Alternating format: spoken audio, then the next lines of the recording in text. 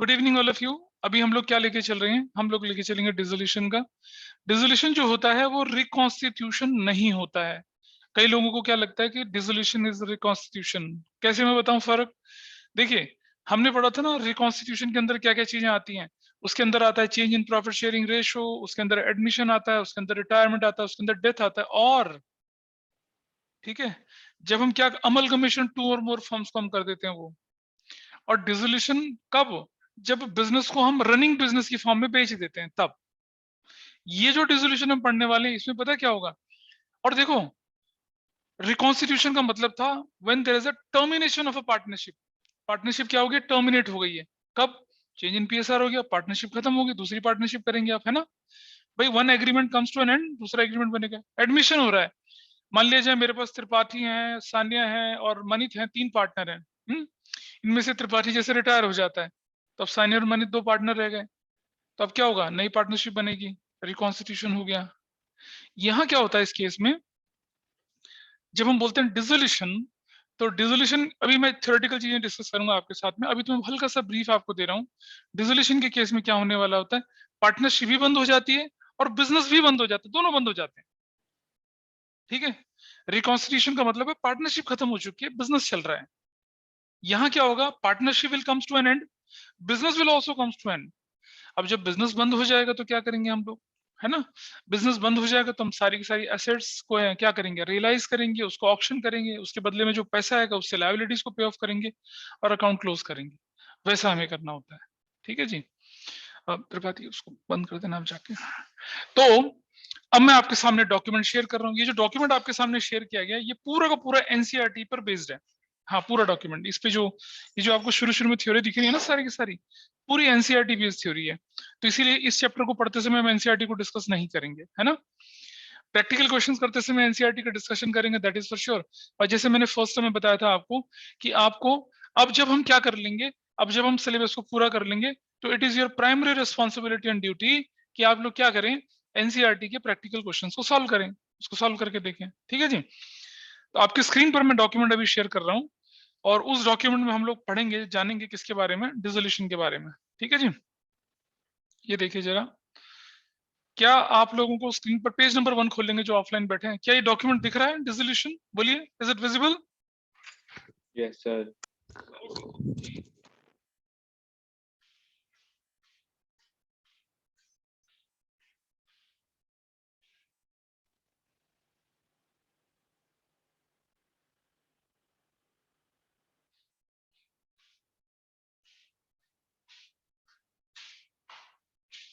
एक एक मैं उसको किसी और दिन लेके चलूंगा। हाँ, जब मैंने आपको ना वो पढ़ाया था, क्या चीज, रिटायरमेंट एंड डेथ पढ़ाया था ना आप लोगों को, एक छोटी सी टाइप मैंने छोड़ दी थी, एक छोटा सा टाइप का क्वेश्चन मैंने छोड़ा था, वो मैं लेके चलूंगा। अभी नहीं, अगली वाली क्लास में मैं लेके चलूंगा।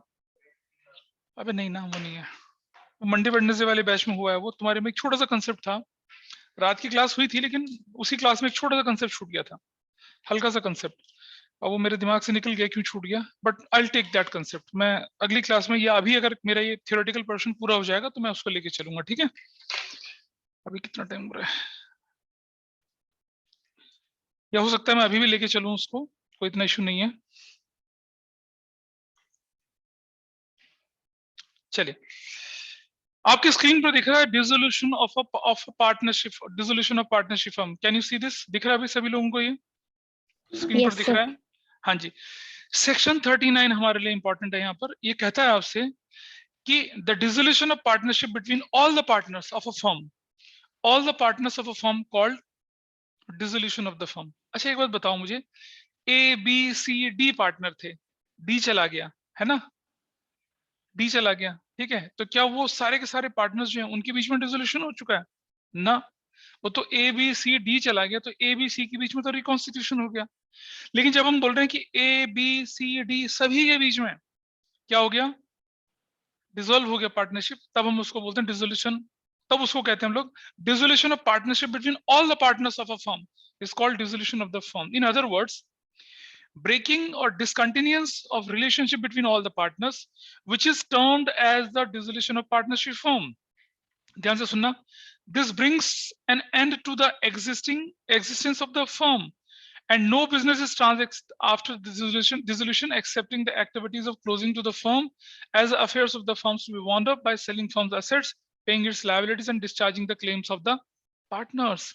अच्छा एक बात बताइए भाई, जब देखो पार्टनरशिप जो होती है उसमें एक ऑब्जेक्टिव होता है ना, किसी काम के लिए हम पार्टनरशिप कर रहे हैं कि हम कपड़े का बिजनेस करेंगे, हम मेटल का बिजनेस करेंगे, हम ट्रेडिंग फर्म बनाएंगे, हम कुछ ना कुछ तो करेंगे ना आप।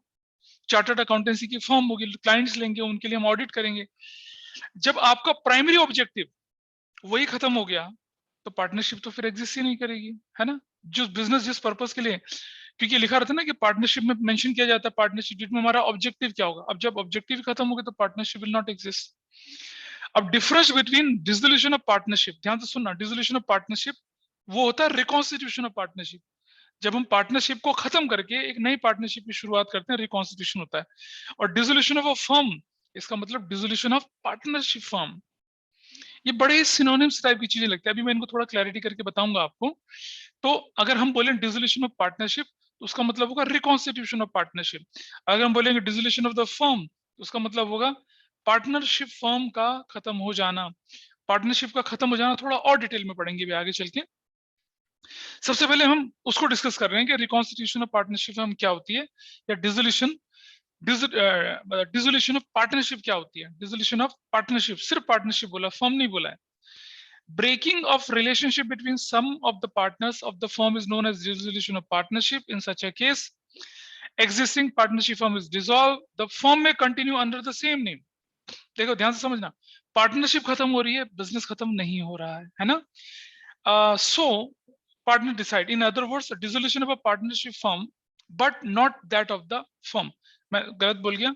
In other words, dissolution of partnership का मतलब है it results in the dissolution of partnership but not that of the firm। सिर्फ पार्टनरशिप का रिलेशन हुआ है खत्म, फर्म का रिलेशन खत्म नहीं हुआ है। dissolution of partnership takes place in the following ways, या रिकॉन्स्टिट्यूशन ऑफ पार्टनरशिप ये हम पढ़ चुके हैं ऑलरेडी और हम दोबारा से नजर डाल रहे हैं।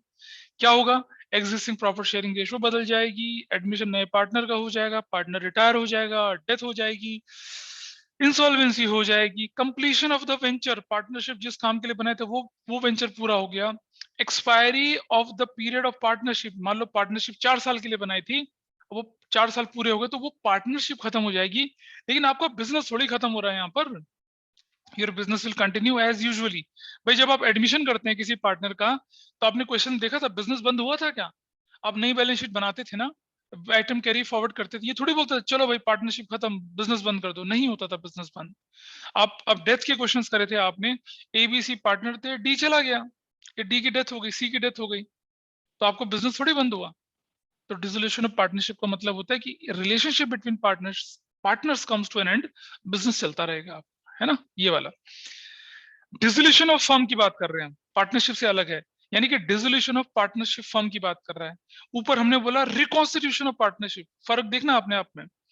जब हम बोल रहे हैं डिसोल्यूशन ऑफ पार्टनरशिप, इसका मतलब रिकॉन्स्टिट्यूशन ऑफ पार्टनरशिप है, एंड नहीं बोल रहा है ये। लेकिन जब हम बोल रहे हैं डिसोल्यूशन ऑफ फर्म तो मतलब डिसोल्यूशन ऑफ पार्टनरशिप फर्म की बात कर रहा है, मतलब डिसोल्यूशन ऑफ पार्टनरशिप फर्म में takes place without the intervention of court या by the order of court. दो तरह से हो सकता है, या तो कोर्ट का ऑर्डर चला जाए या बिना कोर्ट के ऑर्डर के हम उसे डिसॉल्व कर लें। चलो पढ़ते हैं जरा। जब कोर्ट इंटरवेंशन नहीं करता और हमारा बिजनेस कैसे बंद होता है, dissolution of a firm takes place in any of the following way. इस पे क्वेश्चन आते हैं 1 मार्कर। डिसोल्यूशन बाय एग्रीमेंट, सारे के सारे पार्टनर्स ने डिसाइड करा कि चलो भैया अब इस पार्टनरशिप को और इस पार्टनरशिप वाले बिजनेस को, फर्म को हम बंद कर देंगे, डिसाइड कर लो, हो गया decide. In accordance with the contract among the partners, partners ने कॉन्ट्रैक्ट बना रखा था 2 साल 3 साल 4 साल 5 साल या एक्सपायरी जो भी था उसके हिसाब से इसे बंद कर देंगे। यहाँ कोर्ट की इंटरवेंशन की जरूरत नहीं पड़ती है। अब बारी आती है कंपल्सरी डिसोल्यूशन। ठीक है जी, मैं एक बहुत छोटी सी चीज आप लोगों से पूछ रहा हूँ, कोई भी मुझे जवाब दे। मान लिया जाए A is husband, B is wife. ठीक है जी, A is husband, B is wife. Husband कहता है वाइफ को मैं तुझे डिवोर्स दे रहा हूँ, ठीक है, वाइफ कहती मैं तो नहीं ले रही, कर ले, क्या करेगा? डिवोर्स हो जाएगा? कोई भी बताइए, ऑनलाइन वाले बताएं मुझे जरा, बताओ, है ना। वैसा वर्षा बताओ, वैसा वर्षा, वाइफ कहती मैं डिवोर्स ले रही हूँ, हस्बैंड कहता मैं तो नहीं देता, हो जाएगा डिवोर्स। नहीं होगा ना, नहीं होगा। मतलब स्पेसिफिक रिलीजन में शायद अलग हो जाए, पर उसका मैं नहीं कह सकता। बट अगर मैं बोलूं कि in the court of law नहीं माना जाएगा, है ना। या फिर हस्बैंड प्रूफ कर दे कि वाइफ बेवफा थी, या वाइफ प्रूव कर दे कि हस्बैंड बेवफा था, तो शायद कोर्ट में प्रूव हो जाए, तब आप बोलेंगे सेपरेशन हो सकता है। या हस्बैंड एंड वाइफ बहुत लंबे समय से अलग अलग रह रहे हैं विदाउट किसी रीजन के, मतलब there are lots of reasons, है ना। तो जब दोनों तरफ से कंसेंट होगी म्यूचुअली, तो हमें कोर्ट जाने की जरूरत ही नहीं है ना। हमने क्या करा, आपस में डिसाइड कर लिया और फिर कोर्ट में एप्लीकेशन लगा दी। कोर्ट आपको फिर भी 1 साल का टाइम देता है, रह लीजिए साथ। हमने कहा नहीं नहीं, हम तो बिल्कुल श्योर हैं, और वो हो गया मामला, है ना, ऐसा करके। तो कोई ना कोई प्रोसीजर तो होगा ना ऐसा करने का। तो वो प्रोसीजर बता रखे हैं, जब कोर्ट की इंटरवेंशन नहीं चाहिए और जब कोर्ट की इंटरवेंशन चाहिए। आगे देखिए, when the all the partners, ध्यान से समझना, when all the partners और all but one partner becomes insolvent। अब आप सोचिए, एक फर्म में 4 पार्टनर थे, ए बी सी और डी। डी को छोड़ के तीनों पार्टनर इंसॉल्वेंट हो गए। अब क्या करेंगे बताओ, बिजनेस कैसे चलेगा। पार्टनरशिप तो वॉइड हो गई ना वो तो। और पार्टनरशिप के लिए हमें क्या चाहिए होते हैं, 4 लोग चाहिए, है ना।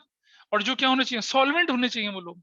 ये थोड़ी इंसॉल्वेंसी चल रही है, उनके नाम के ढिंडोरे पिट रहे हैं, डुग्गी बज रही है उनके नाम के, उनका बिजनेस नीलाम हो रहा है। कैसे बनेगा पार्टनर भाई, वो नहीं बन सकता ना। तो ये कंडीशन वो है जहां कोर्ट इंटरवीन करेगा। देखो, अब मान लो देखो, ध्यान से समझना, डी जो है, डी वो इंसॉल्वेंट नहीं है, बाकी के 3 इंसॉल्वेंट है।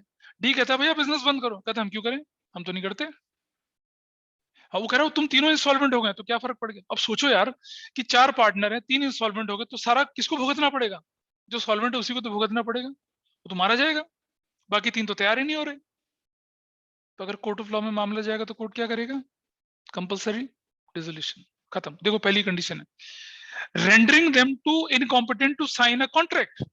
जो लोग इंसॉल्वेंट होते हैं वो किसी कॉन्ट्रैक्ट पे साइन ही नहीं कर सकते भाई, जब तक इंसॉल्वेंसी की प्रोसेस पूरी नहीं हो जाएगी। ठीक है। दूसरा, हमने कोई बिजनेस शुरू करा और वो बिजनेस कानून ने, लॉ ने इलीगल घोषित कर दिया। जैसे मान लो हमारा ना एक्सपोर्ट इंपोर्ट पाकिस्तान में होता था।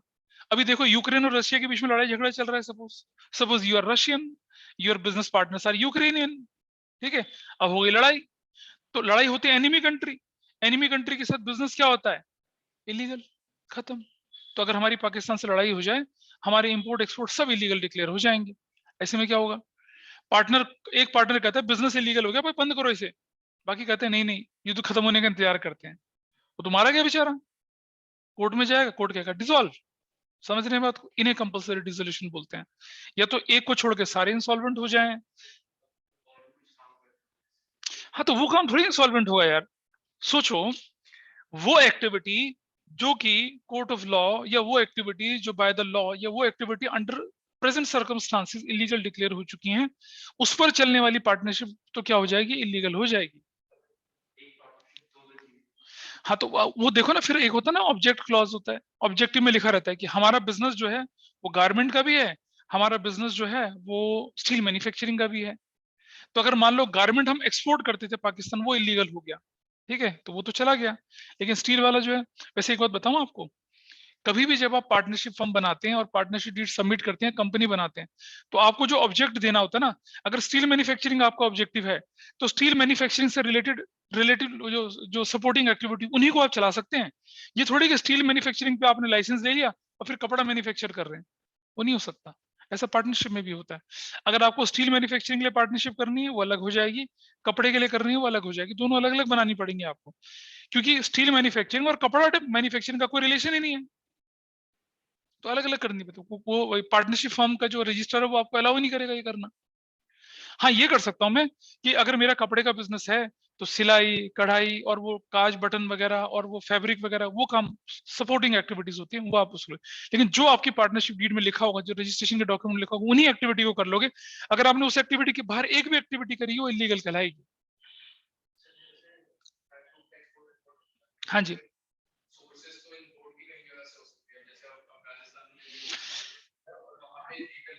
हाँ हाँ,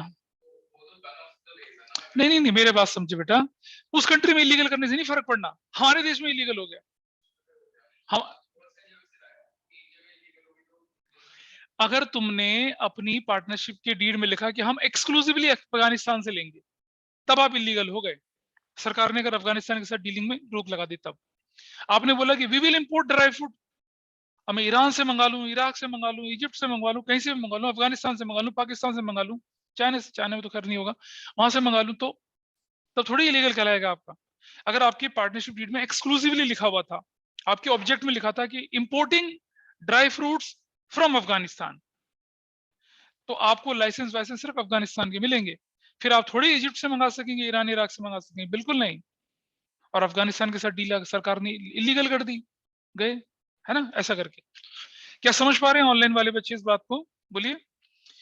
When some event has taken place which makes it unlawful, अभी बताया मैंने आपको, for the partners to carry out on the business of a partnership firm, when a partner who is a citizen of a country become an alien enemy because of declaration of war in that country and India, तो अब आप देखिए ना, सोचो जरा कि आपके पास 4 partner है, उनमें से एक पाकिस्तानी है, एक पार्टनर आपका क्या है, चाइनीज है, 2 पार्टनर है। अब और दोनों के साथ हमारी वॉर डिक्लेयर हो गई, अब क्या करेंगे हम? अब तो सरकार के नोटिफिकेशन की जरूरत भी नहीं पड़ेगी ना, कोर्ट के पास। बाकी लोग कहते हैं कि नहीं नहीं, हमारा क्या कसूर, हम पाकिस्तानी है, हमारा क्या कसूर, हम चाइनीज है। या तेरा कसूर हो ना हो, मेरे यहाँ तो इलीगल हो गया भाई। वो कहते हैं हम तो नहीं करते, कंसेंट होनी चाहिए ना, डीड में लिखा है कि कंसेंट में हम डिसॉल्व करेंगे। अब वो मानने को तैयार नहीं है, वो मानने को तैयार नहीं है, तब वो कोर्ट जाना पड़ेगा इनको, कोर्ट अपने आप थोड़ी इंटरवीन करेगा, you have to go to court. क्या बोल रहे हो त्रिपाठी? अपने आप कोर्ट इंद्र थोड़ी है भैया, उसे सपना ये त्रिपाठी की फर्म डिसॉल्व नहीं, when you will apply then only court will take a decision। ये होता है intervention of court, compulsory dissolution, मतलब जब आप कोर्ट जाएंगे तो डिसोल्यूशन होगा ही होगा, लेकिन नहीं जाओगे तो कुछ नहीं होने वाला। भाई देखो, तुम्हारा जो इंपोर्ट एक्सपोर्ट अफगानिस्तान से होता है, अफगानिस्तान एनिमी कंट्री डिक्लेयर हो गया, ठीक है, कि अब तुम पार्टनर्स के बीच में जरूरी नहीं कि तुम उसे डिसॉल्व करो बिजनेस को। कोई एक पार्टनर बोलता है कि यार हमारा बिजनेस अफगानिस्तान से चल रहा था, मैं कहता हूँ डिसॉल्व करो, तो ये कहते हैं नहीं डिसॉल्व करो, तब कोर्ट बोलेगा डिसॉल्व करो। जब पांचों के पांचों पार्टनर बोलते हैं हमें कोई फर्क नहीं पड़ रहा, जब लड़ाई बंद हो जाएगी तब हम अपना काम शुरू करेंगे, तो पार्टनरशिप हम चलती रहेगी भाई। ये परेशानी तब आती है जब कोई एक पार्टनर अपनी आवाज उठाता है और कहता है जी बंद करो, बाकी कहते हैं नहीं बंद करना, तब ये परेशानी ठीक होती है। और चलते हैं आगे जरा, थोड़ा सा और देखें आगे, इनसे क्लैरिटी आएगी आपके पास। तो ये देख रहे हैं सेक्शन 39, सेक्शन 40, सेक्शन 41 आ गया। On the happening of certain contingencies subject to contract between the partners if the partnership deed so provided for a firm is dissolved। देखो ये वो चीजें हैं जो पार्टनरशिप फॉर्म में अगर हैं उनके हिसाब से डिसोल्यूशन होगा। जैसे if constituted for a fixed term and expiry of that term, fix term के लिए बनाया था 4 साल 3 साल के लिए और 3 साल हो गया, तो पार्टनरशिप फर्म क्या हो जाएगी, ये अपने आप आपकी डिसॉल्व हो जाएगी। If constituted to carry out one or more ventures by completion thereof, आपने एक या दो वेंचर चालू करे थे, वही हमने बोला हमने नोएडा का एक फ्लाईओवर बनाना है, हमने एक अंडरपास बनाना है, ये दोनों बन गए तो पार्टनरशिप खत्म खत्म। देखो चीज ऑब्जेक्ट के लिए बनाई थी, वही ऑब्जेक्ट खत्म हो गया तो डिसॉल्व नहीं होगा आपका। Bye death of a partner, अब सुनो, वैसे तो bye death of a partner reconstitution होता है ना, लेकिन पार्टनरशिप डीड में बोला गया कि अगर किसी पार्टनर की डेथ हो जाएगी तो हम बिजनेस ही बंद कर देंगे, तो वो डिसोल्यूशन ऑफ फर्म कहलाएगा। समझ रहे हैं बात को? अदरवाइज डिसोल्यूशन ऑफ फर्म क्या कहलाता है, रिकॉन्स्टिट्यूशन कहलाता है। Sorry death of a partner क्या कहलाता है, रिकॉन्स्टिट्यूशन कहलाता है। लेकिन कह रहे हैं ना कि subject to the contract between the partners, if partnership deed so provided for, partnership deed में प्रोवाइड कर रखा है कि भी आपको क्या करना है, किसी की डेथ होते बिजनेस को शटर बंद करो, शटर गिराओ, अपने अपने घर चले जाओ, तब वो कंडीशन लिखी हुई है, डार्क से लिखी हुई है ना। By adjudication of a partner as an insolvent, वो कहता है कि अगर 5 में से एक भी पार्टनर, 6 में से एक भी पार्टनर, 3 में से एक भी पार्टनर अगर इंसॉल्वेंट हो जाए तो भैया समझ लेना पार्टनरशिप भी खत्म और बिजनेस भी खत्म, डीड में बोला गया तब, अदरवाइज नहीं। भाई मान लो 5 पार्टनर थे, एक इंसॉल्वेंट हो गया, रिटायर कर दो उसको, बाकी लोग अपना रिकॉन्स्टिट्यूट कर लो, ये भी तो हो सकता है, बिजनेस थोड़ी बंद होना है इसमें। लेकिन ये कह रहा है partnership deed so provided for, तब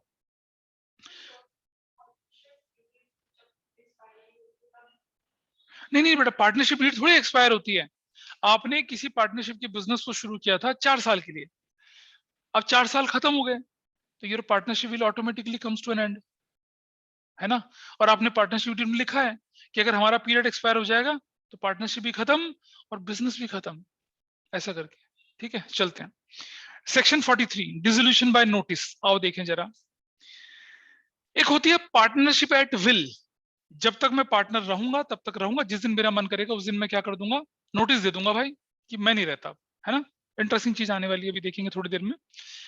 इन case of partnership at will, firm may be dissolve if any one of the partners gives a notice in writing to other partners signifying his intention seeking dissolution of the firm।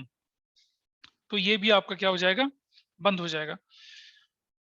वो क्या थे ऊपर वाले, ऊपर वाले क्या थे देखें आपने, विदाउट इंटरवेंशन था कोर्ट, है ना, कंपल्सरी डिसोल्यूशन वगैरह। इन सब पे कहीं ना कहीं एक 3 नंबर का 1 नंबर का क्वेश्चन बनता है। मैंने पढ़ा दिया, घर जाके दोबारा से पढ़ लेंगे, टीएस ग्रीवाल की किताब को भी खोल के पढ़ लेंगे, ठीक है। वैसे तो सब कुछ इसमें रखने की कोशिश करिए आपको, लेकिन फिर भी आप देख लेंगे उसको, थोड़ा आगे चलते। ये पूरा एनसीईआरटी से उठाया, पूरा एनसीईआरटी से उठाया, ठीक है, विद इंटरवेंशन ऑफ कोर्ट। अब मैंने बोला था ना आपको कि कोर्ट इंटरवीन कब करेगा, लिखा ना, at the suit of a partner. अरे जब कोई पार्टनर जाके कोर्ट को बोलेगा तब। अच्छा एक बात बताइए, आपके अड़ोस पड़ोस में झगड़ा हो गया, ठीक है, किसी पड़ोसी ने शिकायत कर दी कि झगड़ा हो गया, तो पुलिस आ गई, ना आपने शिकायत करी, ना आपके सामने वाले ने शिकायत करी, ना पड़ोसी ने शिकायत करी, लट बज गए अच्छे से, पुलिस आएगी क्या, क्यों आएगी, नहीं आएगी, no one is going to come, नहीं आएगी पुलिस। कोर्ट इंटरवीन बहुत कम करता है, कोर्ट इंटरवीन नहीं करता है। इंटरवीन करने की जो पावर होती है वो जनरली सुप्रीम कोर्ट और हाई कोर्ट को होती है, लोअर कोर्ट कभी इंटरवीन नहीं करता। देखा कभी, कभी देखा होगा ना, सुप्रीम कोर्ट क्या करता है, जब दिल्ली में अचानक पोल्यूशन बहुत ज्यादा हो गया तो सुप्रीम कोर्ट ने फटकार लगाई, अरे क्या चल रहा है भाई, तुमने स्कूल खोल दिए, तुमने कॉलेजेस खोल दिए और तुमने ऑफिस बंद कर रखे हैं। तो सुप्रीम कोर्ट ने अपने आप, सो मोटो कहते हैं उसको, ठीक है, स्वतः संज्ञान कहते हैं उसको, कोर्ट ने बोला क्या बच्चों की जान जान नहीं है, बंद करो स्कूल, हो गए। कोई कोर्ट थोड़ी गया था उस समय पे, गया था कोई court, no one has gone. उसने सीओ मोटो कहते हैं, उसने अपने आप ही संज्ञान लिया, अपने आप ही उसको उस मामले में इंटरवीन किया, ऐसा करके होता है, ठीक है।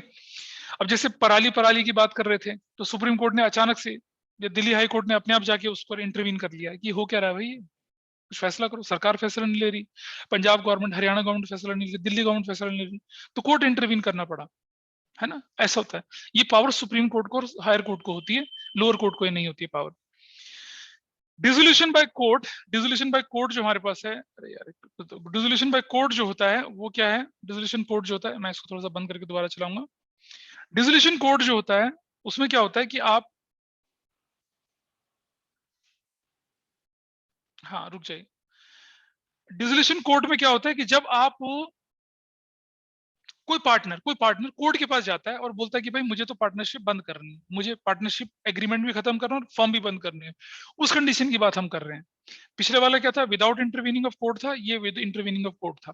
इसको लेके चलते हैं अभी, दोबारा स्क्रीन शेयर कर रहा हूँ, बीच में थोड़ा सा ग्लिच आ गया था इसलिए मैंने, क्या स्क्रीन दिखी, बोलिए ऑनलाइन वालों, दिखी आपको स्क्रीन, नो सर। अब दिखी, यस सर। हाँ जी। तो अब आ जाते हैं हम लोग किस पर, ये लीजिए, when a partner became insane, पागल हो गया कोई पार्टनर भाई, है, एक पार्टनर पागल हो गया। जानते हैं पागल होना किसे कहते हैं, आपने सुना है कभी कि कुछ लोग ना लूनेटिक होते हैं, लूनेटिक, कैसे लूनेटिक होते हैं कि जब जब चंद्रमा अपने फुल मून की तरफ जाएगा, ज्यादातर लोग पागल कब होते हैं, नहीं ये प्रूवन फैक्ट है, आपने देखा होगा फुल मून पे वो जो ज्वार भाटा आता है, देखा होगा ना, समुद्र के पानी लहरें ऊंची ऊंची उठने लग जाती हैं, ऐसा होता है ना। हाँ, क्या कहते हैं उनको, हाई टाइड और लो हाई टाइड वगैरह कहते हैं। ऐसे इंसान का भी होता है, कई बार आपने देखा होगा कि अंदर से आवाज आ रही थी, अंदर से आवाज आ रही थी कई बार, क्या कि यार अब तो जिंदगी में कुछ नहीं रहा, ना दोस्त ना साथी, ये कैसे हो गए वैसे कैसे होगा। ये बेसिकली क्या होती है, चंद्रमा की जो कलाएं होती है उनका असर होता है। और ये असर जो होता है, अगर हम बोले हमारे ज्योतिष शास्त्र के हिसाब से, अलग अलग राशि वालों पे अलग अलग फर्क पड़ता है। जैसे मान लो किसी पर्टिकुलर टाइम पे कैप्रिकॉन पे पड़ेगा, किसी पे स्कॉर्पियो पे पड़ेगा, कभी किसी पर, इस तरह से पड़ता है। तो कभी देखो, हर बंदे ने, मैंने भी फील करा, आपने भी फील करा, मतलब महीने के कुछ दिन ऐसे होते हैं, 1 या 2 दिन ऐसे होते हैं जिस समय में बड़ा लो फील होता है, यार कि अब कैसे पढ़ाई, कहाँ क्या, कुछ नहीं रहा।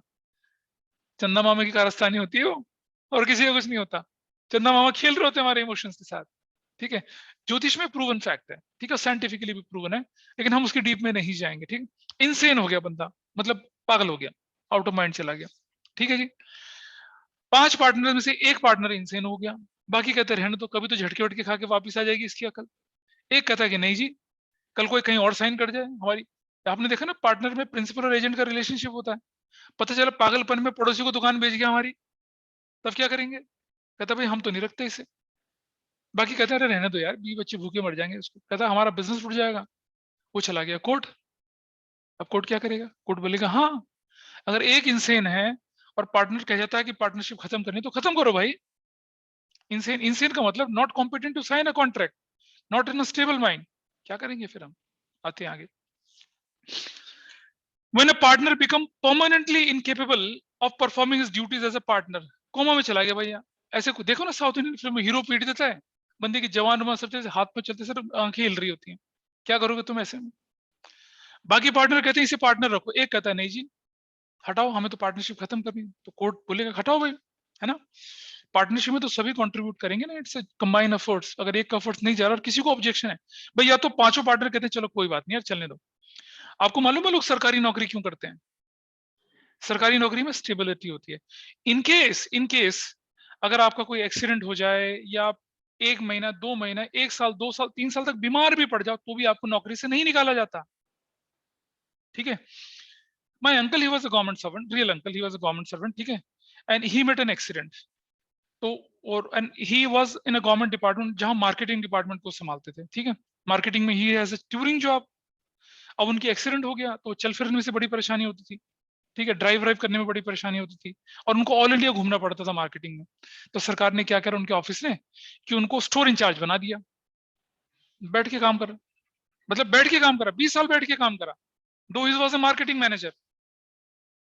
मार्केटिंग का काम और लोग करते, डेजिग्नेशन में नहीं बदलाव किया उसका, रिस्पॉन्सिबिलिटीज बदल दी उसको, स्टोर में बैठा दिया उसको। मतलब उनको स्टोर में बैठा दिया, वो स्टोर में 20 साल रिटायर वहीं से हुए वो। इसलिए सरकारी। अब आप सोचो अगर आपको मार्केटिंग मैनेजर हायर करा है किसी प्राइवेट कंपनी में और आपका एक्सीडेंट हो गया, आप ड्राइव नहीं कर सकते, आप घूम नहीं सकते, टूरिंग में नहीं जा सकते, भाया निकलो यहाँ से। ऐसी तो होगा ना। तो यहाँ इट इज अमंग पार्टनर्स कि वो उसको अपने साथ रखते हैं, पार्टनरशिप को चलाते हैं, ठीक है। नहीं चलाते तो बंद हो जाएगा, ये कोर्ट चले जाएगा तब। When a partner is guilty of misconduct which is likely to adversely affect the business of the firm। चार पार्टनर में मनित, आप चारों का गारमेंट का बिजनेस था, गारमेंट एक्सपोर्ट करते थे। मनित भाई साहब ने भी अपनी छोटी अपनी बीवी के नाम पे कंपनी खोल दी, डिजाइन चुरा चुरा के बना बना के ये भी एक्सपोर्ट करते हैं, बताइए। तो ये मिसकंडक्ट नहीं हुआ? आपको सिमिलर बिजनेस तो नहीं करना चाहिए ना। अच्छा, बाकी के चार पार्टनर कहते हैं क्या फर्क पड़ा यार, हमारे बिजनेस में 5% का तो फर्क पड़ा। त्रिपाठी कहता है नहीं भैया 5% भी क्यों लूज करें। त्रिपाठी कोर्ट चला गया, कहता बंद करो बिजनेस। कोर्ट में प्रूव हो गया मिस गिल्टी था, तो कोर्ट बंद कर देगा इसको। पनिशमेंट क्यों मिलनी है यार, अपराध थोड़ी कर रहा है कोई। नहीं नहीं, कॉपीराइट नहीं, कॉपी। अरे जारा क्या करता है यार, जारा सुना तूने जारा की कहानी? जारा सुना है किसने? फैशन ब्रांड क्या करता है वो? छोटे रिटेलर्स के कपड़े नहीं, बड़े बड़े रिटेलर्स की कॉपी मारता है और कई बार तो उनके लॉन्च होने से पहले लॉन्च कर देता है। बहुत बदमाश है, बहुत बदमाश। मतलब बड़े बड़े फैशन हाउसेज जो होते हैं अपने डिजाइन डिजाइन कर रहे होते हैं, वो अपने एम्प्लॉय घुसा घुसा के उनके जाके अंदर ला के उनके डिजाइन डिजाइन कॉपी करवा लेता है और मार्केट में उनके लॉन्च होने से पहले धड़ाधड़ लूट के रख देता है। पता है उसके अगेंस्ट वर्ल्ड में सबसे ज्यादा लॉ सूट्स थे, पर भाई उनकी लीगल टीम बड़ी शानदार है, कहीं नहीं पनिशमेंट भी कहीं नहीं। मतलब जब मैं यूएस जा रहा था तो वो होता ना, मतलब एयरक्राफ्ट में फिल्में चलती हैं, वो मैंने जारा के ऊपर एक डॉक्यूमेंट्री देखी थी भाई ढंग से, तब समझ में आया जारा कितना बदमाश है। बिजनेस सीक्रेट है जारा के वो सारे के सारे। क्या है बिजनेस सीक्रेट? दूसरों के सीक्रेट पे अपना बिजनेस चलाओ, ठीक है। सोचो कि टाइम स्क्वायर में जारा का बड़ा बहुत भारी शोरूम, मतलब जो ओरिजिनल बेचने वाले उनके शोरूम को भी फेल कर दिया उसने। क्या सेल है उसकी, जबरदस्त। और क्या करता है जो डिजाइन कॉपी करता है उनमें कुछ टेक्निकल चीजें ऐसी बदल देता है कि सामने वाला प्रूव ही नहीं कर पाता है हमारा है। एक्सपर्ट लॉयर रखे हुए उसने, और वो जो डिजाइनर जो है एक्सपर्ट रखे हुए हैं।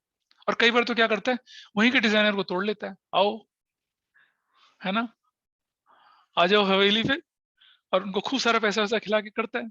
And Zara is a popular brand, पर चोर ब्रांड है बेसिकली, वो अपना कुछ नहीं है उसका, लेकिन चलता है।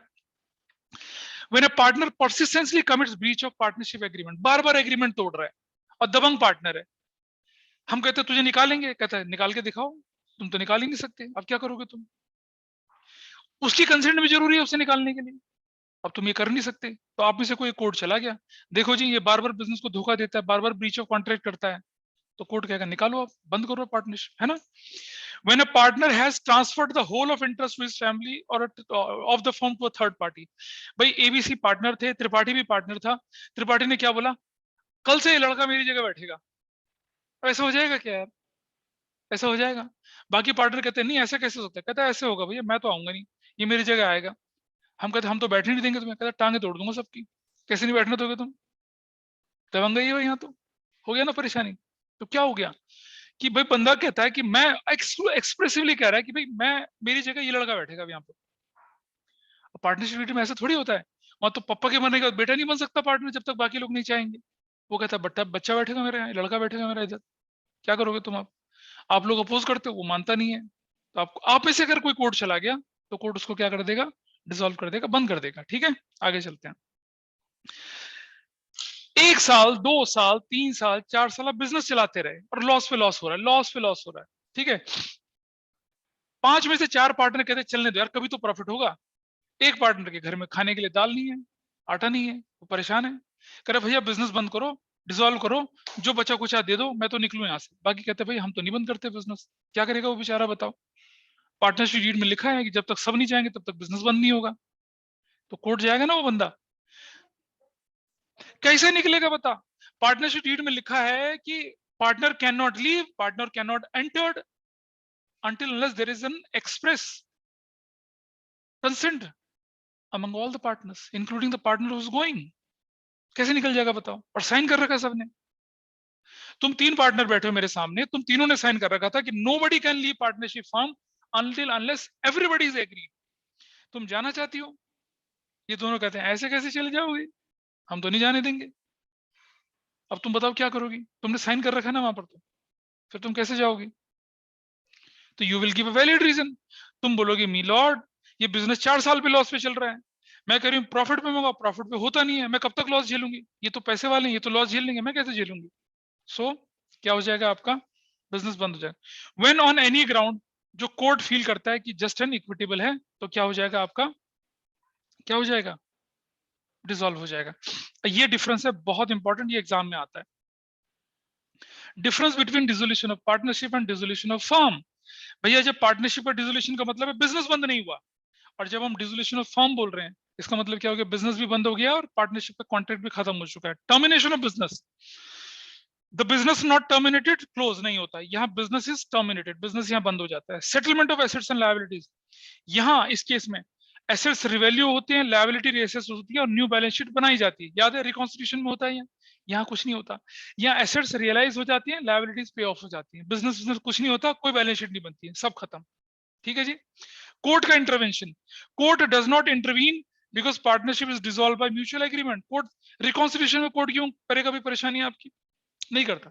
यहाँ firm can be dissolve by the courts order, यहाँ हो सकता है कोर्ट का ऑर्डर। ठीक है।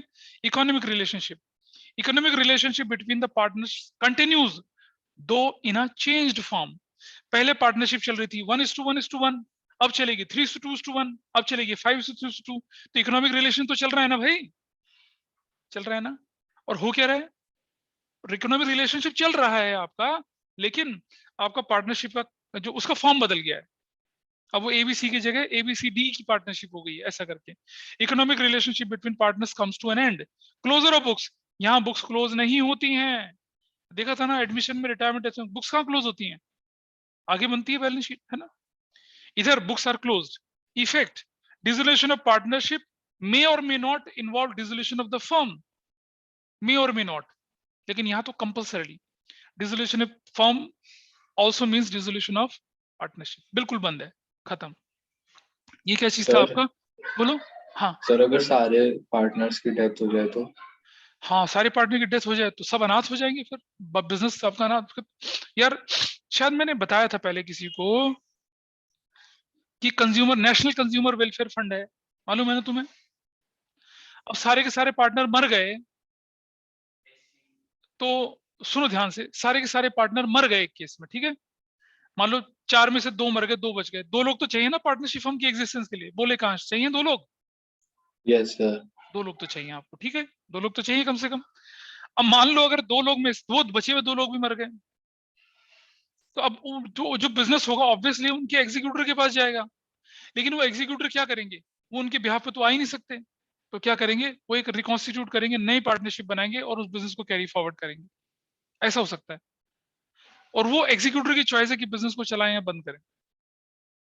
सुन रहे हो, एग्जीक्यूटर अगर नहीं हुआ तो? तो नेशनल वेलफेयर फंड जिंदाबाद, कंज्यूमर वेलफेयर फंड जिंदाबाद, नहीं हुआ तो अभी कहते हैं अगर एग्जीक्यूटर ना हुए तो क्या कर सकते हैं हम? ये तो बहुत एक्सेप्शनल सिचुएशन है।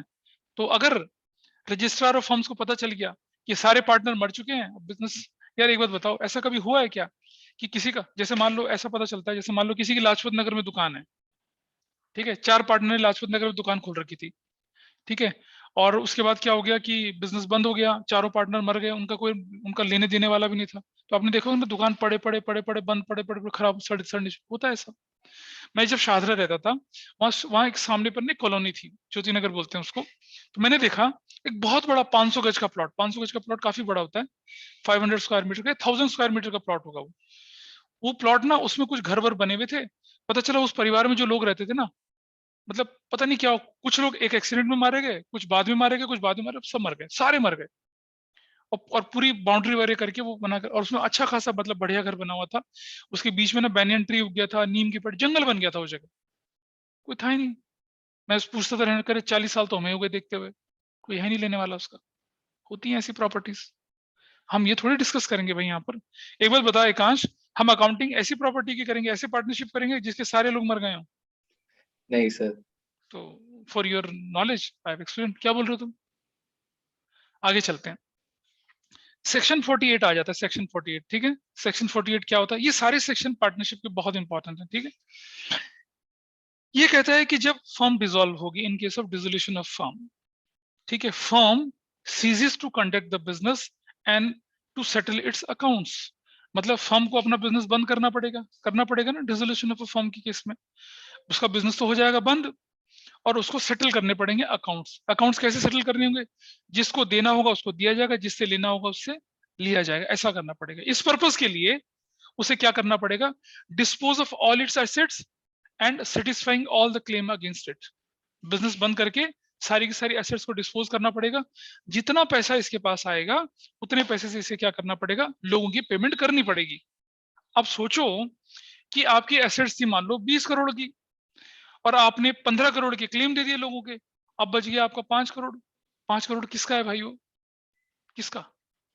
पार्टनर्स का ना, समझ रहे हो त्रिपाठी? पार्टनर्स का। तो जब आपके पास सफिशिएंट पैसा होता है अपनी लायबिलिटी पे करने के बाद, तो पैसे को बांटना होता है सिर्फ। लफड़ा कब होता है पता है?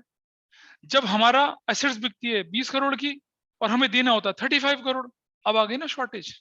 तो यहां पर हमें देखना पड़ता है कि हम अकाउंट का सेटलमेंट कैसे करेंगे। उसके लिए अब देखो क्या क्या सिचुएशन आ सकती है। एक सिचुएशन ये भी आ सकती है, हमने बोला था ना पार्टनर्स की लायबिलिटी अनलिमिटेड होती है अनलिमिटेड लायबिलिटी।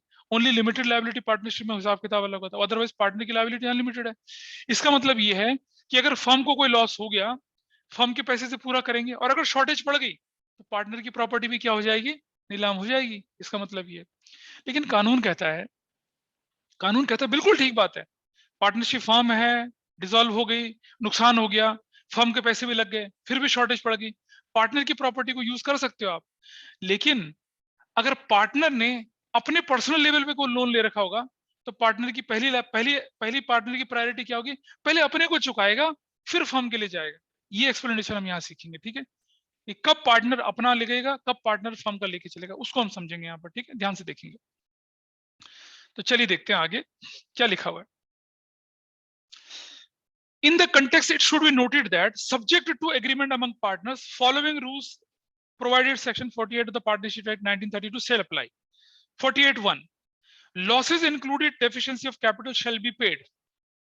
कोई भी लॉस, कोई भी डेफिशिएंसी ऑफ कैपिटल हो, पहले तो आप प्रॉफिट को यूज कर लेंगे, ठीक है जी, पहली प्रायोरिटी प्रॉफिट है। प्रॉफिट सफिशिएंट था, ठीक है जी।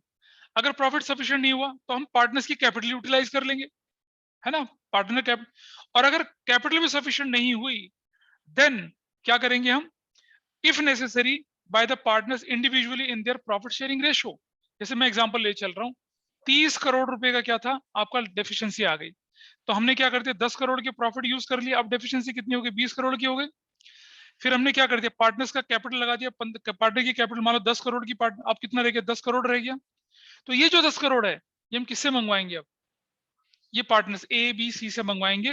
कौन से? जो भी एग्रीड रेशियो होगी पार्टनरशिप उसके हिसाब से मंगवाएंगे, ठीक है, उसके हिसाब से मंगवाएंगे। अब अगर पार्टनर के पास पैसा था तो ठीक है। अगर किसी पार्टनर के पास पैसा नहीं था, है ना, तो इसका मतलब क्या हुआ, वो तो इंसॉल्वेंट हो गया, इंसॉल्वेंट हो गया। तो डिसोल्यूशन में इंसॉल्वेंसी आपके सिलेबस का पार्ट नहीं है, ठीक है, डिसोल्यूशन में इंसॉल्वेंसी आपके सिलेबस का पार्ट नहीं है।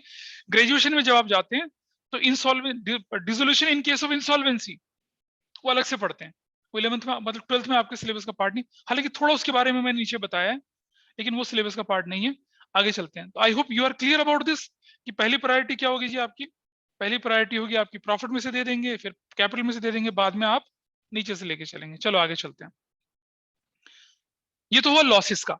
Application of assets of the firm, मान लो फर्म के पास 20 करोड़ 30 करोड़ 50 करोड़ की एसेट्स है, उसका हिसाब किताब आप कैसे लेके चलेंगे वो हमें देखना है, ठीक। जस्ट अ मिनट, एक मिनट रुकेंगे जरा। हाँ जी, चलें आगे जरा, आगे देखते हैं थोड़ा सा। इस पर ये जो मैं आपको करा रहा हूँ बहुत ही क्रिटिकल हैं ये सारे के सारे पॉइंट, इन पर 1 नंबर का 3 नंबर का क्वेश्चन बनेगा आपके एग्जाम में। क्या कहता है कि amount realize from the sale of assets including sum contributed by the partners to make up deficiencies of capital. ये डेफिशिएंसी ऑफ कैपिटल का मतलब क्या है कि भाई मान लो आपने क्या कर दिया, अपनी एसेट्स बेच दी, फिर आपको लगता है कि शॉर्टेज पड़ेगी, आपने कहा भाई पार्टनर तुम्हारी कैपिटल तुम्हें देनी जाएगी, ये हम पे ऑफ करने के लिए लोगों को यूज करेंगे। ऊपर लिख रखा है ना, पहले प्रॉफिट फिर पार्टनर की कैपिटल, और फिर भी शॉर्टेज पड़ेगी तो पार्टनर के घर से मंगवा लेंगे पैसा। समझ रहे हो बात को? आइए देखते हैं। सबसे पहले हम क्या करेंगे, थर्ड पार्टी के, थर्ड पार्टी पहले समझे थर्ड पार्टी क्या होती है, क्या होती होगी थर्ड पार्टी, कोई मुझे बताएगा? ऑनलाइन वाले बताएंगे व्हाट इज थर्ड पार्टी, पहले ये बताइए थर्ड पार्टी क्या चीज होती है, कोई बताए क्या है थर्ड पार्टी? चलो फॉर एग्जाम्पल हम एक गाड़ी ड्राइव कर रहे हैं, है ना, आपने पढ़ा ना थर्ड पार्टी इंश्योरेंस, हम गाड़ी ड्राइव कर रहे हैं, ठीक है। सबसे पहले गाड़ी जो है ना, गाड़ी जो ड्राइव करने वाला गाड़ी, वो गाड़ी होती है, उसका जो ओनर होता है फर्स्ट पार्टी वो बना, ठीक है। दूसरे कौन बने, जो पैसेंजर वैसेंजर चल रहे हैं, भले उसके बेटा बेटी जो भी हो, सेकंड पार्टी वो बने। और गाड़ी चलाते समय तुमने किसी तीसरे को ठोक दिया सड़क पे, वो थर्ड पार्टी बनता है। तो आपकी गाड़ी की कवरेज क्या होती है, व्हीकल का डैमेज होता है, जो ड्राइवर ये उसका उसका डैमेज कवर होगा, जो बैठे हुए लोग उनका डैमेज भी कवर होगा, और अगर आपने गाड़ी से किसी को कुचल दिया उसके परिवार को जो कंपनसेशन जाना वो भी कवर होता है, उसे थर्ड पार्टी बोलते हैं, ठीक है। कुछ लोग क्या करते हैं, सिर्फ थर्ड पार्टी इंश्योरेंस कराते हैं अपना कॉस्ट बचाने के लिए, क्योंकि अगर मैं गाड़ी की कीमत, अपनी कीमत, पीछे बैठने वालों की कीमत, सड़क पे चलने वालों की कीमत भी इंश्योर कराऊंगा तो मेरा प्रीमियम ज्यादा होगा ना। तो लोग क्या करते हैं, सिर्फ थर्ड पार्टी, यानी कि हम गाड़ी चला रहे हैं, गाड़ी टूट जाएगी टकरा जाएगी कोई कंपनसेशन नहीं, और गाड़ी से कुचल के कोई मर गया उसको कंपनसेशन फॉर्म देगी, तो सस्ता पड़ेगा ना, क्योंकि कंपनी को एक ही जगह देना पड़ता है। तो ट्रैफिक पुलिस वाले उसे एक्सेप्ट कर लेते हैं, लेकिन अगर गाड़ी में इंश्योरेंस नहीं हो रखा तो इसे एक्सेप्ट नहीं करते, चालान करता, गाड़ी बंद, सड़क पे आ ही नहीं सकती, ठीक है। आपको मालूम है आइडियली अगर आपने किसी शोरूम से गाड़ी खरीदी और उसका इंश्योरेंस नहीं हुआ, तब तक वो कार के क्या कार शोरूम वाला आपकी गाड़ी को आपको दे हैंड ओवर ही नहीं करेगा, आपको पता है, नहीं हैंड ओवर करेगा जब तक इंश्योरेंस, बिना इंश्योरेंस की गाड़ी सड़क पे चलना तो बहुत बड़ा गुनाह है, क्रिमिनल ऑफेंस है, ठीक है जी। तो थर्ड पार्टी समझते हैं यहाँ पर क्या चीज होती है। पहले पहले हो गए फर्म, फर्म को हमने फर्स्ट पार्टी बोला, सेकंड पार्टी किसको बोला हमने, पार्टनर्स को, और तीसरी पार्टी किसको बोल दिया, बाहर वालों को। जैसे मनित कपूर पार्टनर है, और फर्म जो फर्म है जिसका पार्टनर है, मनित कपूर की वाइफ पार्टनरशिप फर्म के लिए क्या है, थर्ड पार्टी है, ठीक है जी। मनित कपूर ने अगर फर्म को लोन दे दिया तो वो पार्टनर का लोन कहलाएगा, लेकिन मनित कपूर की वाइफ ने फर्म को लोन दे दिया वो क्या कहलाएगा, थर्ड पार्टी कहलाएगा, आउटसाइडर कहलाएगा, एक्सटर्नल लायबिलिटी कहलाएगी। I think everybody is okay with this, बोलिए। प्रशांत समझ पा रहे हैं? प्रशांत इज हियर, बोलिए। Yes sir. हाँ बिल्कुल सही। तो प्रशांत अगर आप हो पार्टनरशिप फॉर्म में तो पार्टनरशिप फॉर्म फर्स्ट पार्टी है, आप पार्टनर कहलाएंगे सेकंड पार्टी, और आपकी वाइफ जो होगी वो कहलाएगी थर्ड पार्टी। तो अगर आपकी वाइफ ने फॉर्म को लोन दे रखा है तो पहली रिस्पॉन्सिबिलिटी होगी कि वाइफ का लोन वापस करो भाई, इसलिए नहीं कि बीवी से डर लगते हैं, इसलिए नहीं, लोन क्योंकि वो third party, technically she is third party, ठीक है। आइए देखते हैं। तो सबसे पहले हम क्या करेंगे, थर्ड पार्टी का पैसा पे करेंगे, फिर पेइंग ईच पार्टनर प्रोपोर्शनेटली, मतलब पार्टनर का जो कैपिटल वैपिटल जो भी इसका हिसाब किताब बनता है वो पे करेंगे, ठीक है। जो भी उसने एडवांस कर रखा होगा फर्म को, होता है ना पार्टनर लोन दे देते हैं, तो पार्टनर का देखो भाई, पार्टनर ने अगर बिजनेस को पैसा दिया तो वो कैपिटल बोल के लगा, और कैपिटल के बाद भी अगर पार्टनर पैसा देता है तो एडिशनल बोल के लगेगा, और लेकिन बाद में पार्टनर कहता है कि देख भैया मैंने कैपिटल भी लगा रखी है, एडिशनल कैपिटल भी लगा रखी है, अब मैं नहीं लगा सकता, हमने कहा पैसा दे, थोड़ा सा लोन जरूरत पड़ रही है, उन्होंने कहा लोन बोल के दे देता हूँ, लोन दे दिया, लोन बोलते पार्टनर पराया हो गया ना, नहीं वो पराया पार्टनर। भाई मान लो फर्म को जरूरत है 10 लाख रुपए की, पार्टनर ने पहले क्या किया, किसी पार्टनर ने, त्रिपाठी ने क्या किया, पहले फर्म को 50 लाख की थी ऑलरेडी कैपिटल दे रखी है, फिर फर्म को पिछले साल 10 लाख की जरूरत पड़ी थी कोविड के शुरू होने में, उसने 10 लाख और देता एडिशनल कैपिटल बोल के दे दिया। अब फर्म को फिर जरूरत पड़ रही है 10 लाख की, तो त्रिपाठी कहता है भैया मेरी होम मिनिस्ट्री अलाउ नहीं कर रही है, वो कहते हैं लोन लेके ले लो, एडिशनल कैपिटल मत लगाओ, तो इसने लोन ले लिया। फिर पैसे की जरूरत पड़ गई, त्रिपाठी बीवी के हाथ में पड़ता है, कहता है भाग्यवान दे दे वरना डूब जाएगा सब कुछ, तो बीवी ने भी लोन दे दिया। अब त्रिपाठी के घर से चार चार चीजें आ गई, कैपिटल आ गई, एडिशनल कैपिटल आ गई, त्रिपाठी का लोन आ गया और त्रिपाठी की वाइफ का भी लोन आ गया। अब पेमेंट का क्राइटेरिया क्या होगा बताओ, पेमेंट का ऑर्डर क्या होगा, सबसे पहले क्या पे करेंगे, त्रिपाठी की वाइफ का लोन पे करेंगे, फिर क्या करेंगे, त्रिपाठी का लोन पे करेंगे, फिर क्या पे करेंगे हम, त्रिपाठी की कैपिटल। ये है देखो सीक्वेंस लिखी है सामने, देखो लिखी हुई है, in paying the debt of the firm to the third parties, पहला, फिर पार्टनर को प्रोपोर्शनेटली देंगे फॉर हिम टू हिम और her from the firm for advances as distinguish from capital, partner का लोन ये पे करेंगे, और फिर प्रोपोर्शनेटली जो भी उसका कैपिटल का अमाउंट है वो देंगे, फिर भी कुछ बच जाएगा तो वो पार्टनर्स प्रॉफिट शेयरिंग रेशियो में बांट लेंगे। समझ रहे हो, जैसे गाड़ी यहां तक नहीं जाती है, मतलब यहां तक थोड़ी जाता, यहां तक जाता तो बिजनेस बंद क्यों करते, लेकिन हम बोल residue if any shall be divided among the partner in their profit sharing ratio, ये लिखा हुआ है आपके सामने कहानी, ठीक है। ये ऊपर एक पैराग्राफ लिखा है, इसको हम बाद में पढ़ेंगे, पहले नीचे की कहानी पढ़ लेते हैं, एग्जांपल 1 2 3 जो है इसको पढ़ लेते हैं, और उसके बाद हमारा सिचुएशन अच्छे से क्लियर हो जाएगा। चलो है वैसे थोड़ा बहुत, एक एग्जांपल पढ़ते हैं आपके सामने, ये एग्जाम में आए हुए एग्जांपल है। ए बी सी थे, वो इक्वली प्रॉफिट बांट रहे थे, उन्होंने फर्म को डिसॉल्व करने की सोची, डिसोल्यूशन के टाइम पे कैपिटल ए की है, बी की है, सी की है, क्रेडिट 25,000 का, बी की पत्नी का लोन, ए का लोन भी है, और सारी की सारी एसेट्स 2,10,000 में बिकी है ना जी। अब आपसे पूछ रहा ऑर्डर बताओ क्या होगा, show how liabilities are settled by using the amount realized from assets. आप देख रहे हैं फर्स्टली किसकी लायबिलिटी पे की जाएगी भाई, क्रेडिटर की, बी की वाइफ का लोन, पहले ये पे करेंगे, तो कितना पे कर दिया, 3 तो 5 60,000 पे कर दिया, फिर उसके बाद बचे अमाउंट से किसको पे करेंगे, 30,000 का जो किसका लोन था, ए का लोन था, वो पे कर देंगे, और फिर बच गया जो कितना, कितना बच गया देखो, आपके पास 2/10 है ना सारा, उसमें से 25,000 30,000 बेचने का कितना, 1,20,000 बच गया, balance of partners capital account यानी कि कितना 50,000 40,000 30,000, फिर ये उनको पे किया जाएगा, उसके बाद तो कुछ बचा ही नहीं। अगर बचता तो कैसे बांटते हम लोग, कौन से रेशियो में बांटते, इक्वली रेशियो में, इक्वल इक्वल लिखा है यार क्वेश्चन में, इक्वली लिखा है, इक्वली बांटते तब हम उसको। I hope this is clear, कैसे पे करना है हिसाब किताब, ठीक है। अच्छा सोचो कि 1,20,000 की जगह 60,000 बचता, तब क्या करते हैं, अबे इक्वली तो प्रॉफिट बांटते हैं ना, कैसे बांटते हैं, उनकी कैपिटल की रेशियो में नहीं बांटते, फिर 5:4:3 की रेशियो में। भाई आपने थर्ड पार्टी चुका दिया, वाइफ का लोन चुका दिया, पार्टनर का लोन भी चुका दिया, फिर जो बांटने के लिए पैसा बचा उससे कैपिटल देनी होती है ना वापस, लेकिन कैपिटल के लिए पैसा सफिशिएंट नहीं था, तो ऊपर लाइन लिखी हुई थी ना प्रोपोर्शनेटली, रेटेबली, और कैपिटल की रेशियो में बटेगा। इक्वल प्रॉफिट शेयरिंग रेशियो में तो तब बांटते हैं जब लायबिलिटी आउटसाइडर दे दी, लोन भी पे कर दिया, कैपिटल जब बच गया प्रॉफिट तब है। एग्जांपल 2 देखिए, I hope example 1 is okay with everyone, बोलिए is it okay with everyone example 1। अच्छा पार्टी बताओ यार, ऑनलाइन वालों बोलो, अरे हो क्या चले गए, खुशी, अर्शदीप, यस सर। हाँ सानिया पुकारता रह जाता था मैं नाम, आवाज ही नहीं आती। चलो नंबर 2, ए बी पार्टनर से फर्म में प्रॉफिट बांट रहे थे 3:2 की रेशियो में, Mrs A has given a loan ₹20,000 to the firm and firm also obtained a loan of ₹10,000 from B. अब फर्म हो गई डिसॉल्व, एसेट्स को बेच के सिर्फ 25,000 रुपए आया, 2010 कंपार्टमेंट का क्वेश्चन है। चलो जी आंसर मत देखिए आप, अब मुझे बताइए क्या करना चाहिए, don't look at the answer, मैंने आंसर वैसे दिखा दिया था आप लोगों को, नीचे आंसर, अच्छा आंसर नहीं है, ओह नाइस, तो क्या करेंगे बताइए, अब क्या करना चाहिए बोलो, कितना रुपए का बच गया वो, अब बचा कितना 5,000, 5,000 किसको दे देंगे, बी को दे देंगे, बचे हुए पैसे का क्या करेंगे, पार्टनर से वसूलेंगे, बाकी पार्टनर से लेंगे ना, है ना। लेकिन अब नहीं लिखा हुआ यहाँ पर तो क्या करना, आपका ऑर्डर क्या होगा, आपका ऑर्डर होगा ये देख रहे ना, state the order of payment to Mrs A's and B's loan. Reason, तो पहला ऑर्डर क्या होगा, मिसेज ए का लोन, फिर बी का लोन के हिसाब किताब करेंगे, ठीक है। And there were no creditor of the firm. अगर क्रेडिटर होते तो सबसे पहले क्या करते, मिसेज ए का लोन, कौन, मिसेज ए का लोन और क्रेडिटर को पे करते। इसने लिख दिया क्रेडिटर नहीं है, तो फिर हम बी के लोन की तरफ चल सकते हैं। Everybody is okay with this, हाँ या ना बताइए। ये थ्योरेटिकल क्वेश्चन है इस चैप्टर के, ठीक है। चलो आगे चलते हैं थोड़ा सा।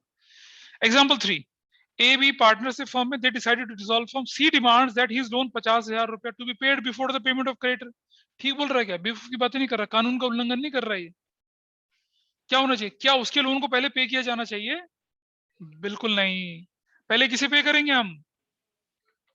However, B feels that creditor should be paid before the payment of C's loan. Who is correct and why? B correct है। और किसके हिसाब से करेक्ट है वो, सेक्शन कौन सा है वो, सेक्शन ये देखो, सेक्शन ये वाला ऊपर 48 का बी पार्ट, ये सेक्शन है, दिख रहा है सेक्शन, अरे ऊपर देखो ना पेज नंबर 2 पे, सेक्शन 48 बी, पेज नंबर 2 पे। बेटा कहाँ जा रही हो तुम, हाँ सेक्शन 48 का कौन सा पार्ट है ये, बी। इसके हिसाब से ये बात ठीक है। और पढ़ते हैं एग्जांपल नंबर 4। XYZ पार्टनर से प्रॉफिट को बांट रहे थे equally, they decided to dissolve the firm. Z demand that his loan 15,000 to be paid before the payment of capital of the partners. अब बताइए गलत बोल रहा है बेचारा, सही बोल रहा है, सही बोल रहा है। सेक्शन कौन सा, बी पार्ट, बिल्कुल ठीक बोल रहा है वो। भैया मेरा लोन पहले चुका दो, तुम कैपिटल बाद में एडजस्ट करते रहना, ठीक है। और ये सेक्शन 49 है, this is another important section. इसको भी हम एक बार देख लेते हैं जल्दी से, थोड़ा सा टाइम हमारे पास है, 2-3 मिनट लगेंगे, कोई बात नहीं। Where both the debts of the firm and private debts of the partner coexist। जैसे मान लो फर्म की कर्जदारी है, मतलब फर्म का 20 करोड़ देना है, और पार्टनर मनित है, पार्टनर सान्या, पार्टनर त्रिपाठी है, सबके 5-5 करोड़ के अपने डेट भी हैं, है ना भाई। तो पार्टनरशिप तो क्या कहती है कि भाई अगर फर्म का पैसा पूरा पड़ गया तो ठीक, नहीं पूरा पड़ा तो पार्टनर्स के घर से भी पैसा निकलवाओ। आइए कानून क्या कहता है, सेक्शन 49 क्या कहता है। In such a situation, Section 49 of the Partnership Act 1932 shall apply. Property of the firm applied first in the payment of debts of the firm.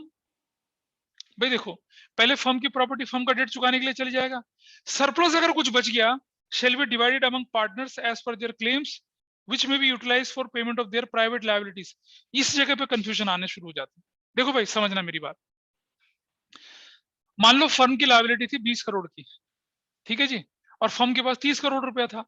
तो पहले क्या करा, फर्म की लायबिलिटी 30 करोड़ की चुका दी, 20 करोड़ रह गया। 20 करोड़ में 10 करोड़ पार्टनर्स का था, वो भी बांट दिया, कैपिटल का वो भी बांट दिया, फिर 10 करोड़ रह गया।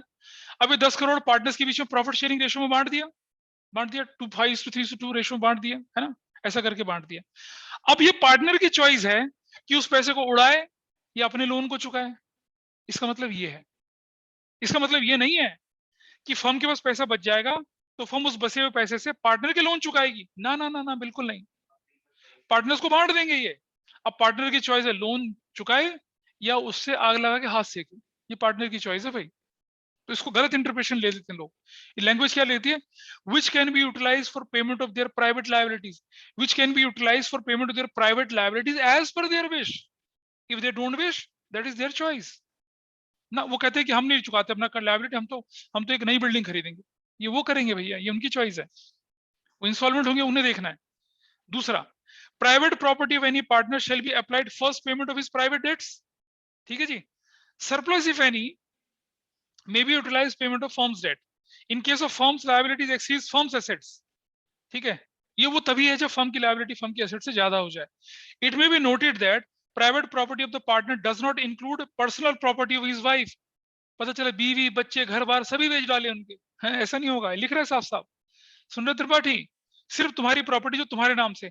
इसलिए लोग चतुर क्या करते हैं, अपने नाम पे क्या करते हैं, छोटी सी खोपची खोली झोपड़ी खरीद लेते हैं, बाकी बीवी के नाम पे बच्चों के नाम पे रिलेटिव के नाम पे। त्रिपाठी कितना करता है ऐसा, है ना।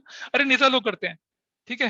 ऑफ द रिकॉर्ड कैसे बोलो रिकॉर्डिंग में, यार मेरे पास बहुत अच्छा एग्जांपल था but I don't want to quote it here. अरे छोड़ना, रिकॉर्डिंग स्टॉप कर दो। देखो क्या होता है कि जैसे बहुत सारे पॉलिटिशियंस होते हैं, इन्होंने 10, 20, 50, 100, 200 प्रॉपर्टियां खरीद रखी होती हैं, ठीक है।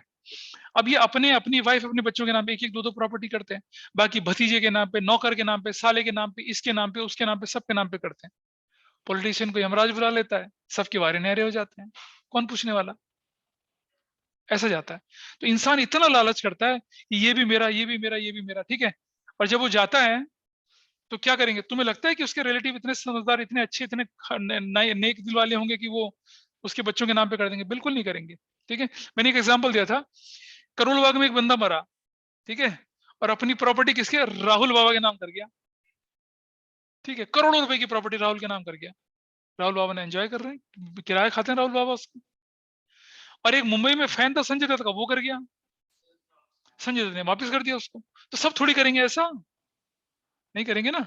तो यहाँ देखिए आप, ये क्या कह रहा है कि इन केस ऑफ, अच्छा ये कह रहा है कि it may be noted that private property of partner does not include personal property of his wife and children, thus the assets of the firm not adequate enough to pay off firm's liability, the partner have to contribute out of their net private assets, firm की private assets minus private liability करने के बाद जो पैसा बचेगा उससे firm का कर्जा चुकेगा। अब सोचो एक केस इसमें ये राइज होता है, जैसे मैंने कहा था ना बड़ी क्लासेस में आता है, in the context inability of a partner to contribute toward deficiency, मतलब अब पार्टनर के पास इतना पैसा था ही नहीं कि फर्म की, तो ऐसे में पार्टनर इंसॉल्वेंट हो जाएगा, होगा ना भाई। When you are not in a position to pay off your debt then you are insolvent. तो क्या है, in the context of settlement of accounts among the partners there is a still another impact aspect to be noted, when a partner is unable to contribute toward the deficiency of his capital, the account finally showing a debit balances, he or she is to be said an insolvent and sum not recoverable is treated as a capital loss for the firm. In the absence of any agreement to the contrary, such capital loss to be borne by the remaining partner, the remaining solvent partners according with their principle laid down by the Garner versus मुरे। एक case था, बहुत मशहूर case है Garner versus मुरे का, dissolution में चलता है। आपके यहाँ पर एक एग्जांपल दिया गया इसका, ये ब्रिटिश टाइम पे हुआ था, ये ब्रिटिश लीगल सिस्टम में केस का फैसला हुआ था, तब बताया गया था कि मान लो 3 पार्टनर थे और एक पार्टनर जो है वो इंसॉल्वेंट हो गया फर्म के लोन के चुकाने के चक्कर में, तो उसकी जो एफिशिएंसी वो भी कौन भरेगा पता है? रिमेनिंग सॉल्वेंट पार्टनर्स भरेंगे, गार्नर वर्सेस मिरेकल रूल कहते हैं। However the accounting treatment relating to dissolution of partnership in case of insolvency of partner is not in the CBSE syllabus. ये सीबीएसई, ये जो पैराग्राफ आपको बताया गया ना, ये सिलेबस में नहीं है आपके, सिर्फ नॉलेज के लिए है, कल को जब आगे जाए तो बोले। और एक लास्ट डिफरेंस हमारा है, इसको पढ़ लेते हैं, उसके बाद हम क्लास वाइंड अप कर लेंगे। फर्म का डेट, फर्म का डेट मतलब debt owned by the firm, bank loan, creditor, BP वगैरह। प्राइवेट डेट का मतलब है owned by partner in their personal capacity. Liability, all the partners are jointly and severally liable to the firm's debt, लेकिन concern partner is personally liable for the private debt. Application of firm's property, firm की property applied first to settle the firm date.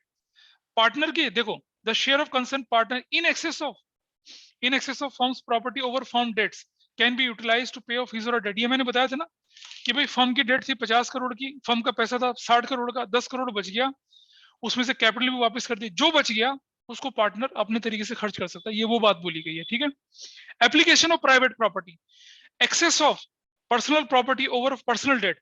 मान ले किसी partner की personal property 50 crore की, personal date 40 crore का, तो जो 10 करोड़ है उसको यूज कर सकते हैं हम फर्म का पे करने के लिए। पर्सनल प्रॉपर्टी 40 करोड़ की और डेट 50 करोड़ का, वो तो वैसे इंसॉल्वेंट हो गया, तो तब गार्नर वर्सेस मुरे का रूल लगेगा। ठीक है, private property of partner is applied first to pay private debts of the partners towards, उसके बाद जो बचेगा तब हम फर्म के लिए लेके चल सकते हैं। ये आपका जो थ्योरेटिकल पोर्शन था इस चैप्टर का वो हमने वाइंड अप किया। इसके बाद हमारे प्रैक्टिकल क्वेश्चन शुरू हो जाएंगे। ठीक है, ये जो भी सिखाया गया, जो भी पढ़ाया गया, इसको एक बार दोबारा से रीड कर लेंगे सिर्फ, इससे 1 मार्कर क्वेश्चन, 3 नंबर के क्वेश्चन जरूर आएंगे। और अगर जब आप सैंपल पेपर खोल के देखेंगे ना, ये दिखेंगे आपको, dissolution by court, court intervention, सब दिखेंगे आपको वहां क्वेश्चन। ठीक है जी, so that's all for today. आज की क्लास वाइंड अप करते हैं, अगली क्लास में gear up with the practical question.